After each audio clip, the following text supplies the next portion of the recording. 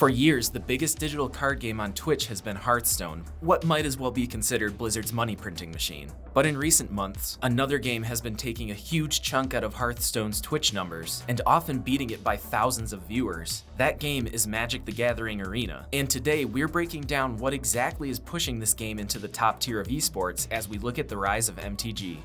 While Arena has only been around in open beta form since late last year, and the actual full game isn't scheduled to launch until this summer, the game actually has a pedigree going back decades. Magic the Gathering Arena is, unsurprisingly, based on the insanely popular Magic the Gathering card game. With over 35 million players, Magic is by far the biggest collectible card game on the planet. If you don't play it personally, odds are you know someone that does. And it's been keeping the lights on in game and comic stores since 1997. Both the card game and Magic the Gathering Arena are owned and published by Wizards of the Coast, a company that turned a nice little $4.58 billion profit last year. And unlike a lot of companies with a hot IP, Wizards decided not to sell the rights to an established game company when it came time to make Arena. They developed and published the game in-house, meaning the company doesn't have to share any profits with a third party. That aspect is really important when you consider the kind of support Wizards of the Coast is putting into the game, which is a key reason it's eating away at Hearthstone's market share.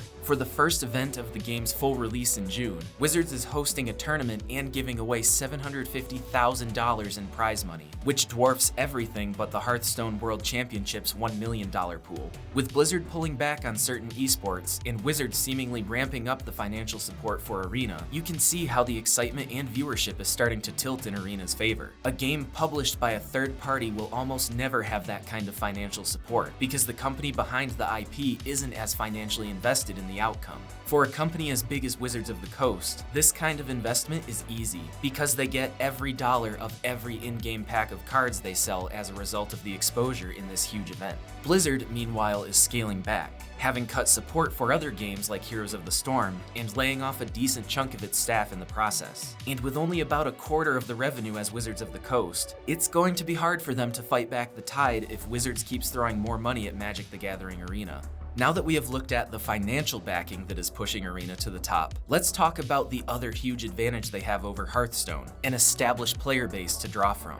Hearthstone relies a lot on the charm and appeal of the World of Warcraft theme to lure in new players, but that isn't really a player base you can reliably pull from. In a sense, that's more attempting to convert players of a completely different genre of game, MMORPGs, over to the digital card game side of things. While the two share a theme and a lot of the same characters and art, the gameplay is wildly different, and it's definitely not a direct transition for every WoW player. Magic the Gathering Arena is in a completely different position. Their game is almost an exact representation of the collectible card game, meaning they essentially have 35 million players who are a computer and a free download away from joining up. The only real learning curve is a pretty intuitive user interface, but the core mechanics are an exact copy, meaning it not only should appeal to nearly every one of those 35 million players, it should also take them just a few minutes to learn how the game works. If you've ever cracked open a starter deck or attended a Friday night Magic draft, you already know everything you need to jump into a game of Arena.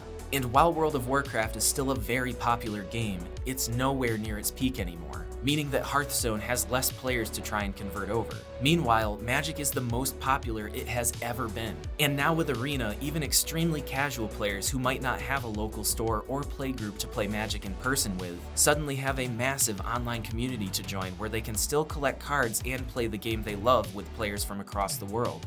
So while Arena has millions of people that have basically been taught how to play their game already, Hearthstone is unfortunately stuck with a theme tied into a game that is showing its age, dropping in player numbers, and trying to lure in players who then need to learn how to play the game from scratch. So when it comes to the rise of MTG and esports, you can boil it all down to these three simple things. 1. Arena has 35 million potential players who already know the rules of the game. 2. Wizards of the Coast makes billions of dollars a year and isn't afraid to spend it to push their most profitable game onto a digital platform. And 3. With Blizzard experiencing some troubles and Hearthstone showing its age, Arena's biggest competition is already in a slump. That's our breakdown of the rise of MTG. Let us know in the comments below if you want to see more coverage of Magic the Gathering Arena. And as always, another video is on the way.